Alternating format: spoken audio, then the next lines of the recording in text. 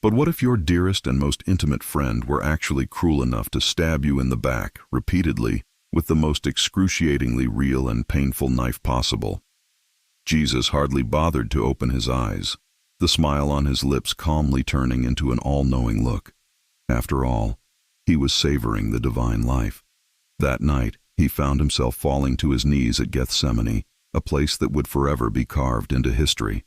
His hands shook under the weight of coming doom. Little drops of perspiration rolled down his brow, glistening in the dim light. However, this wasn't fear. The passage into a vast realm of misery lay just ahead. As he was pleading with God through tears for strength, he was painfully aware that tomorrow would be a milestone day in human history with no turning back. His own disciples, tired from the day's events, began to nod off, their exhausted faces showing signs of sleep. Cast into greed by 30 pieces of silver, Judas Iscariot would soon betray him. This amount seemed so insignificant compared to the momentous importance of his act. Roman soldiers sent to arrest him were in close pursuit. But during this commotion, Jesus had something far greater in his mind. You, me, us all. What he bore in his heart was the great burden that humanity has carried, the weight of its misdeeds and mistakes, the hardships of its existence. That night he was resolutely preparing himself to take on all of that suffering. People were filled with shock and disbelief.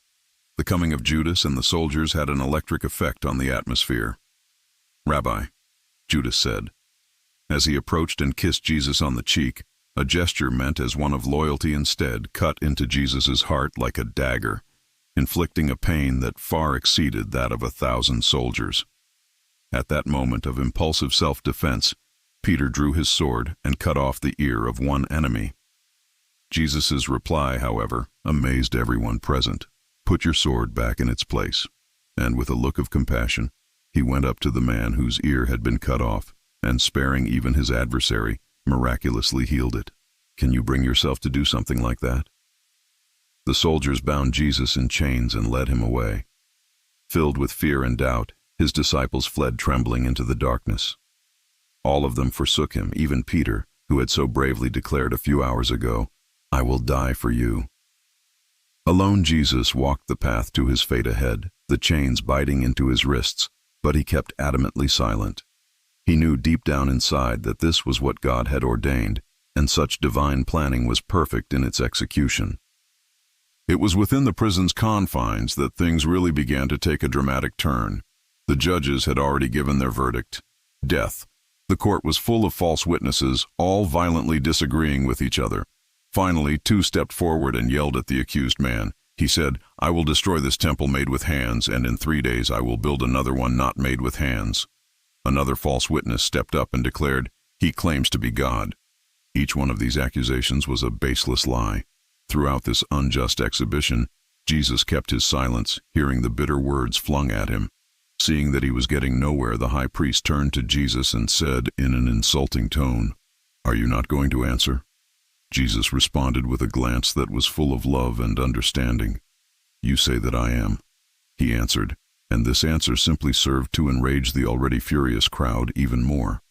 Pontius Pilate, the Roman governor, was puzzled and troubled. His wife had sent him word through a dream to have nothing to do with that innocent man.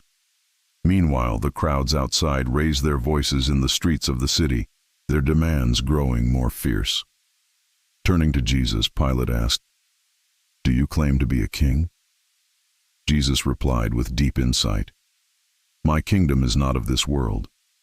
Pilate, unable to understand what that meant, was nevertheless afraid. So he tried to clear himself of all responsibility by washing his hands in front of the crowd, saying, "I am innocent of this man's blood." In the end, he would condemn himself to that fateful decision. When Jesus was put up on the cross, this was not simply a matter of crucifixion. Having been whipped and tortured, he was repeatedly brutalized. Swollen and bruised, his head bled where the thorns tore through his forehead. Oh, crown of thorns! His hands were forced to carry the cross, wounds marked not only by nails, but also the iron barbs of a Roman whip. What he actually endured was the hardest lesson of humility any person can learn, having his beard pulled out and his face spat upon. The soldiers mocked him with cruel indifference. "Come on, king, and save yourself," they jeered. Placing a long piece of wood crosswise upon his shoulders, they made him carry the full burden of their malice. He staggered and fell to his knees under that enormous weight. But with steady determination, he struggled back to his feet and continued every painful inch of the way, blood oozing from wounds as he walked. He never wavered in his course, for each step meant one more stride forward in the eternal salvation promised to humanity. While they were ascending Skull Hill, a dark, awful fog began to envelop the sky. Nails were driven mercilessly into his hands and feet. The pain was indescribable. Jesus hung from the cross beside two criminals. One mocked him with slurred speech. "Can you save yourself?" But the other criminal, poverty-stricken and scared, understood his own guilt. He said, "Be quiet. He was innocent of crimes. We ourselves deserve this." Turning to Christ, he murmured urgently, "Please remember me." What a response the Lord had for him. "Assuredly, I tell you, today you'll be with me in paradise." It was at death's door that Christ could grant unfailing security and hope to a penitent heart. As the hours passed, the agony grew worse, and the skies darkened. It was as if even heaven itself were shedding tears. At the moment of crucifixion, the earth shook violently, and the veil in the temple was torn in two. This was a profound act, indicated by the magnitude of these events. Jesus said these final words, "It is finished." After speaking, he bowed his head. A Roman soldier, completing his dreadful job, thrust his spear into Jesus' side, producing a flow of water and blood. In this moment of clarity, everyone knew Jesus was dead. They did not realize, however, that the great surprise would come 3 days later. A wealthy man from Arimathea named Joseph, who was also a follower, went to Pilate and asked for the body of Jesus. Pilate was surprised, but in the end he granted Joseph's request. Jesus was taken down from the cross and carefully wrapped in a brand new pure white linen shroud, with perfumed ointment rubbed on his body. Then they placed him in a cave-like tomb with a huge stone rolled across its entrance to keep it secure. Roman soldiers made certain that everything was guarded. As far as everyone was concerned, that was the end of Jesus. The disciples, cowed by fear, were hiding. Mary Magdalene kept weeping with a broken heart. Peter, bowed with his heavy guilt, kept saying, "I denied him 3 times." With hope quenched and darkness apparently victorious, it seemed as though everything was lost. Saturday passed in silence. There was a mood of deep grief. Everyone was so stunned that not one spoke a word. The future seemed gone. Everything felt lost. Grief extended all over in a somber mood of mourning. In heaven, however, they were preparing for an occasion unique in all of history. Early on Sunday morning, the women made their way to the tomb, carrying the aromatic spices they had prepared. Tears ran down their faces. They looked haggard from loss of sleep. "Who will roll away the stone for us?" they asked. However, when they reached the tomb, they stopped short in amazement. The stone had been rolled away, and the guards lay unconscious on the ground. The tomb was empty. "Who are you looking for?" A voice rang out, breaking the stillness. Mary turned around, thinking at first that she was speaking with the gardener. "I am seeking Jesus," she answered, her voice revealing the urgency behind those words. "Mary," the voice replied to her. In that moment she recognized who had spoken. Her knees buckled beneath her and she cried out, "Rabboni!"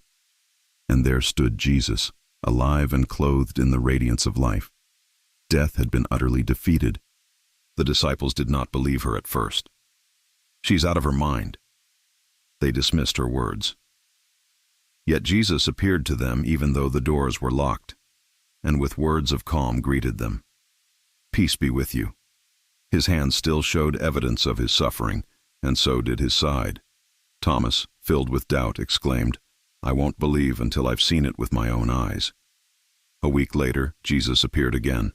"Here are my hands. Put your finger on them and feel." Thomas was overcome and dropped to his knees, proclaiming the truth, "My Lord and my God." Jesus smiled at him. "Blessed is he who believes without having to see." He appeared to many of those who had followed him. 2,000 years have passed, and his message is still influential. the story of Jesus Christ remains the most transformative event in human history, continuing to touch hearts and change lives across generations and cultures.